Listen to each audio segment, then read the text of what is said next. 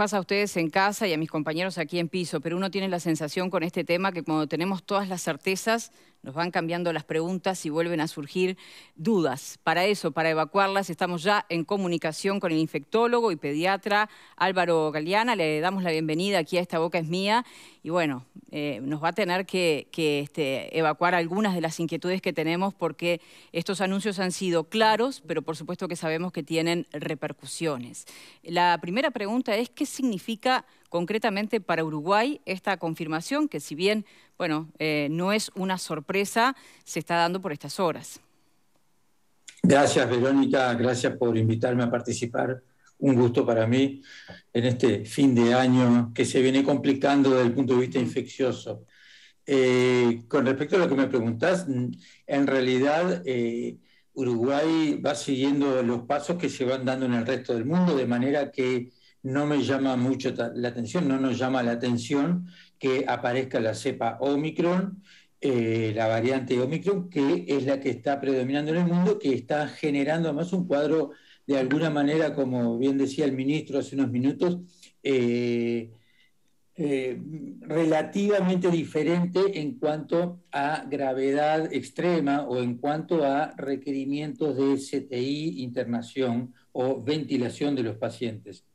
Eso hay que tomarlo con pinzas porque lo que no podemos pensar es que es una variante banal y que no va a producir ningún problema. Produce problemas y produce muchos problemas, produce mucha gente enferma en este momento, mucha gente contagiando, muchos niños enfermos, muchos niños que contagian a sus entornos y cuando la diseminación es muy alta en términos numéricos, las excepciones que son los casos de inmunodeprimidos que rodean a estos niños o los adultos mayores que rodean a estos niños, que aún con 2 dosis o incluso con 3 dosis se pueden infectar, si los factores de riesgo son muy importantes, pueden también hacer una enfermedad grave. ¿A qué voy? No me preocupa solamente, por supuesto que lo primero que nos preocupa siempre es que no haya fallecimientos y que los aspectos de internación se mantengan lo más competentes posibles, pero tampoco queremos que haya cuadros infecciosos persistentes, cuadros infecciosos febriles, vómitos, cefaleas, niños enfermos, niños que hay que aislar del ambiente.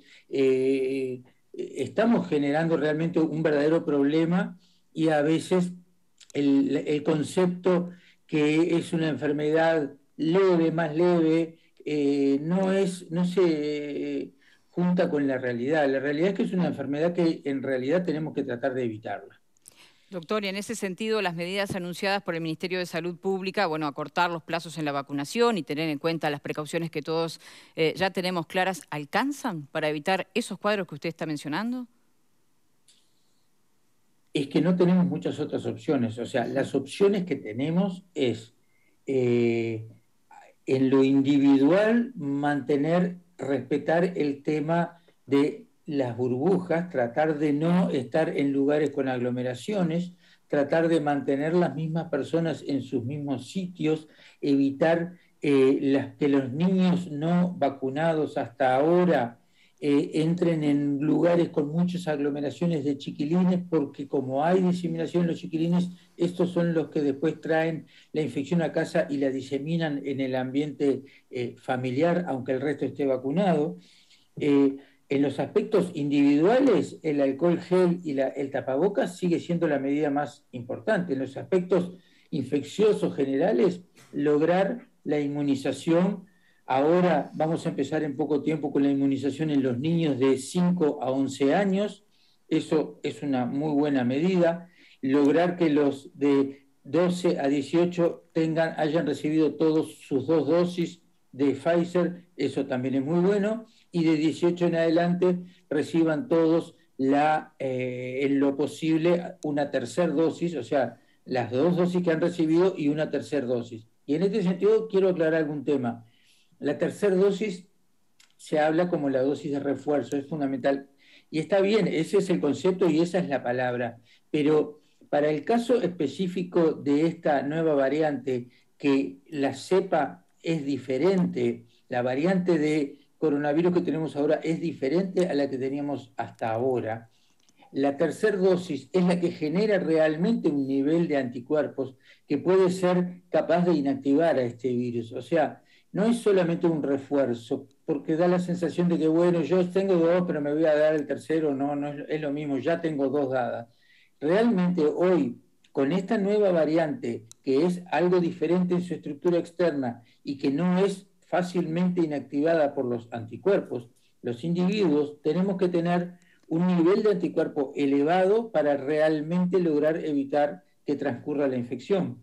Y para eso, sí o sí, es necesaria la tercera dosis. O sea, no es un hecho accesorio. La tercera dosis se vuelve imprescindible para lograr tener una buena inmunidad en este momento.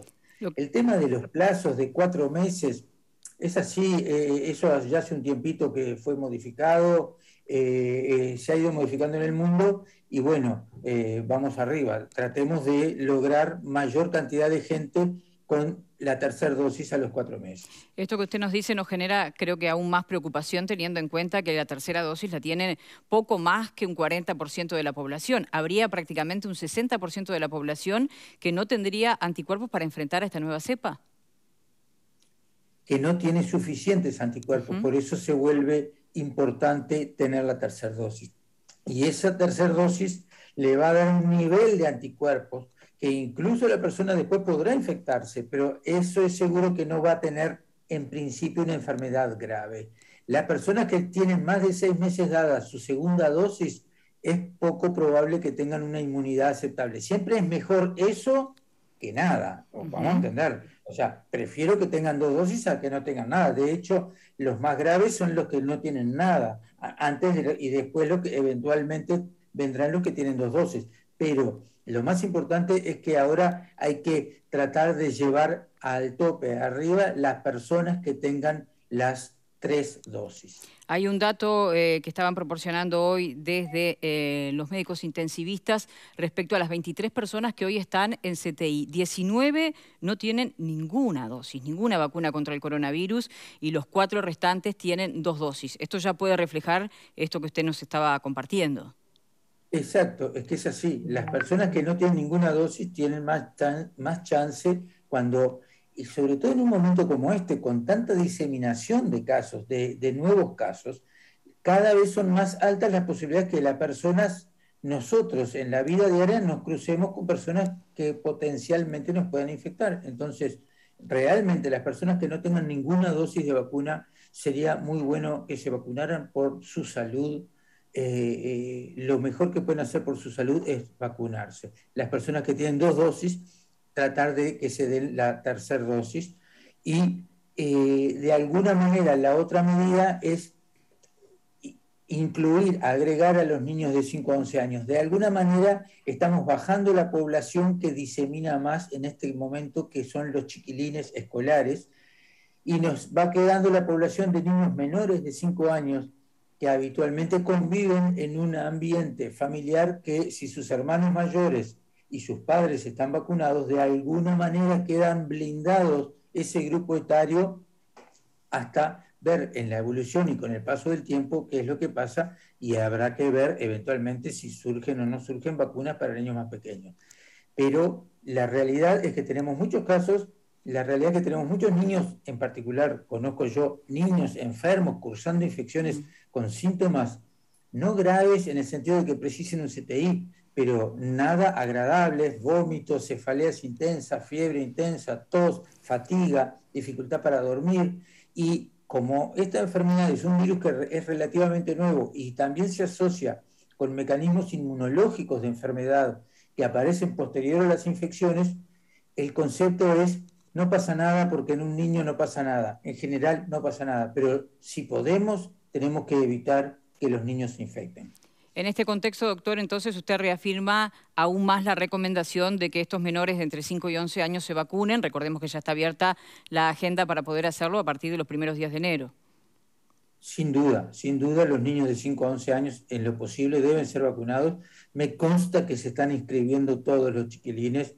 Lo he visto en los pacientes, lo he visto en la gente, están llenando las agendas rápidamente, porque están con necesidad de vacunarse. Los chiquilines no se quejan cuando les decís que se van a vacunar para el coronavirus, para no tener coronavirus, porque también se les altera mucho su vida diaria el no vacunarlos. Entonces, ellos son los primeros también en pedir que los vacunen. Doctor, abrimos a las preguntas del panel. Aquí le va a preguntar mi compañero José Pepesena, que también tiene algunas inquietudes. ¿Qué tal, doctor? Clarísimo, como siempre, en sus conceptos. Dos preguntas puntuales. ¿Omicron se transmite exactamente igual que las otras variantes del SARS-CoV-2? Y la segunda, como hospederos que somos del virus, ¿nos afecta exactamente igual que también las otras variantes, sobre todo a nivel respiratorio? Es bien interesante lo que me preguntás. La transmisión sigue siendo exactamente la misma. Es una infección viral respiratoria, que es un virus que se reproduce a nivel del epitelio respiratorio y se disemina por vía aérea como el VRS, como la influenza y como los coronavirus que hemos ido hasta ahora. La diseminación es de esa manera, pero tiene algunas pequeñas variaciones.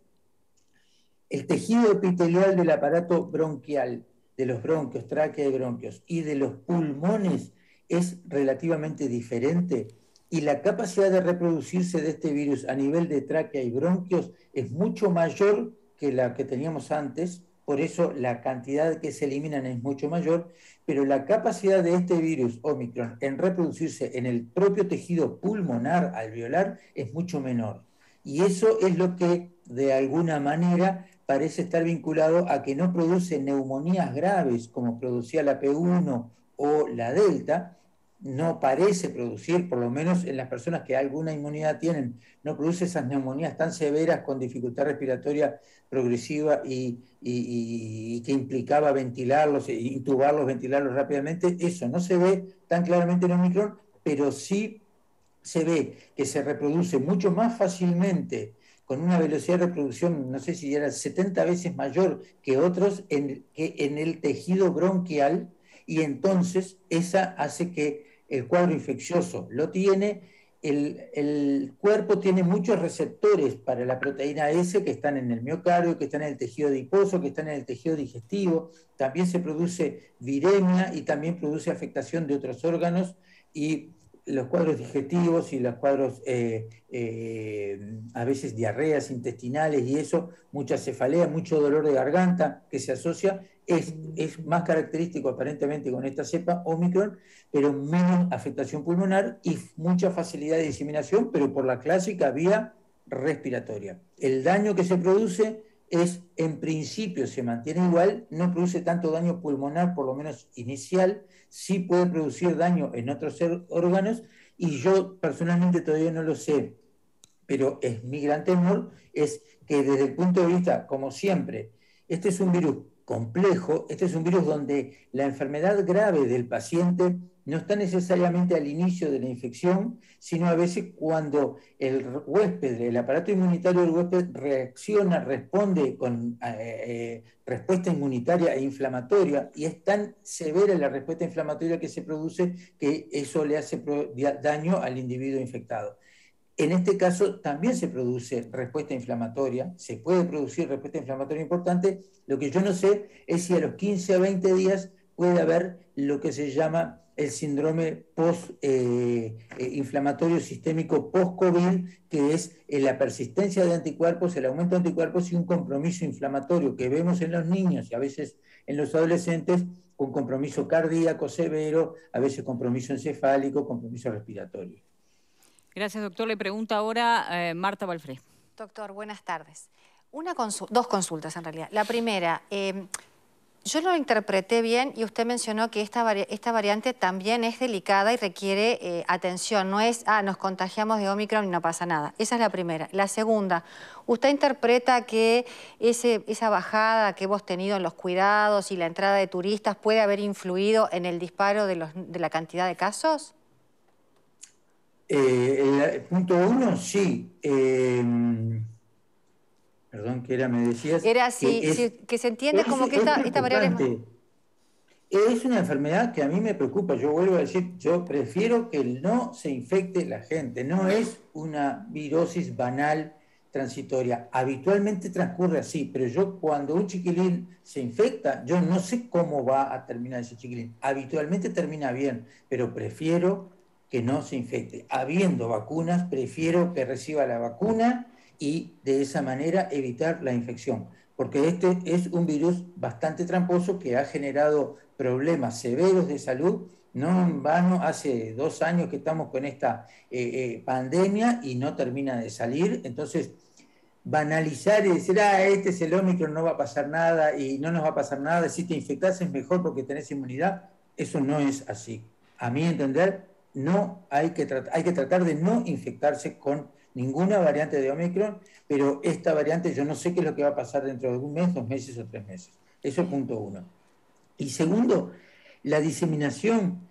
Siempre, a mí no me gusta mucho buscar culpas, porque hagas lo que hagas, dejes de hacer lo que dejes de hacer, las cepas de nuevas variantes de coronavirus se han diseminado en el mundo, y cuando nos enteramos y cuando decimos vamos a tratar de evitar que llegue a nuestro país y cerramos la frontera, ya hace 1 mes que lo tenemos, no nos dimos cuenta y se está diseminando. Es probable que haya un vínculo, sin duda. Aparece en un área y se empieza a extender. Ahora, siempre me da la sensación de que vamos de atrás tratando de frenar. Los países que dicen cerramos la frontera, a las 2 semanas la abren porque no les sirvió absolutamente para nada cerrar frontera, porque la gente ya estaba adentro y porque ya se diseminó. Entonces, es casi como para la barra, decimos cerramos la frontera para que la gente piense que estamos haciendo algo. Es como cuando salían a limpiar las veredas y las paradas de ómnibus con agua fuerte y con aguajane para matar a los virus. No, señor, eso parece que estamos haciendo cosas, pero nada va a cambiar con que limpien o barran el piso o limpien las paredes con un spray. No sirve para nada. La diseminación es respiratoria, cuando empieza a diseminarse, se disemina, y en el mundo ha sido así. Y los países que han modificado sus leyes no permiten entrar a los africanos, a los 15 días se dan cuenta que ya lo tienen adentro, con o sin africanos. El Reino Unido les ha pasado así, y en todas partes del mundo se ha pasado así. Así que bajemos un poco lo que parece ser que estamos haciendo algo y hagamos las cosas que corresponden. La medida para evitar que se disemine en este momento, en el mundo entero, es la vacuna, y no hay muchas otras opciones. De repente, dentro de unos meses mejoramos la vacuna, cambiamos la vacuna, pero de las epidemias en el mundo se sale con vacunas, no hay otra. Bien. Doctor, nos quedan muy poquitos minutos y tenemos que hacer la pausa, pero me resta preguntarle cuáles son los síntomas de esta nueva variante. ¿Cuándo la gente se tiene que preocupar, consultar y hacerse un hisopado en virtud de que ya no alcanza el haber sido contacto de un caso positivo si es que se tienen las 3 vacunas? Sí, pero siempre es muy importante el aspecto epidemiológico. O sea, si yo estuve el viernes pasado en una reunión éramos 25 personas y había 10 chiquilines escolares, y a los 3 días empiezo con estornudos, cefalea o dolor de garganta, sepamos que es probable que nos hayamos infectado 3 días antes, 4 días antes. El tiempo de incubación es un poco más corto, el tiempo que tenemos para hisoparnos también es un poco más corto, podemos hisoparnos a los 4, 5 días y va a andar bien en el diagnóstico, pero el aspecto epidemiológico es muy importante. El aspecto clínico, los síntomas que nos da, muy parecidos hasta lo que hemos hablado hasta ahora, pero con un poco más casos de solo cefalea y un poco de fiebre al inicio, cefalea, dolor de garganta y un poco de fiebre, a veces síntomas digestivos, náuseas, vómitos, y después tos, como siempre, y dificultad respiratoria, dificultad para respirar, falta de aire en algunos casos. Pero cuadritos de aspecto infeccioso, con fiebre leve, fiebre moderada, no tiene que tener 40 de fiebre, con 37,5, 38, y sensación de opresión en la cara por compromiso de los senos faciales o un poquito de dolor de cabeza. Esos ya son síntomas pensando para atrás, 3 días atrás, dónde estuve, con quién estuve, en qué lugares estuve, si me pude haber o no infectado, rápidamente hisoparse, que habitualmente con el test rápido ya es negativo, porque al eliminar mucha cantidad de virus en las secreciones respiratorias cuando los chiquilines o los adultos tienen síntomas. Habitualmente el test rápido ya da positivo, ni siquiera hay que esperar el PCR. Muy bien, doctor Álvaro Galeana, una vez más ha sido clarísimo, le agradecemos mucho su participación aquí en el programa y lo vamos a volver a convocar porque seguramente tendremos otros escenarios y otras dudas en las que usted va a poder aclarar una vez más.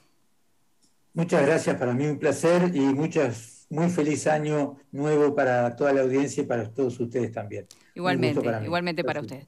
Hacemos nosotros una primera pausa y por supuesto que queda muchísimo por conversar sobre este tema.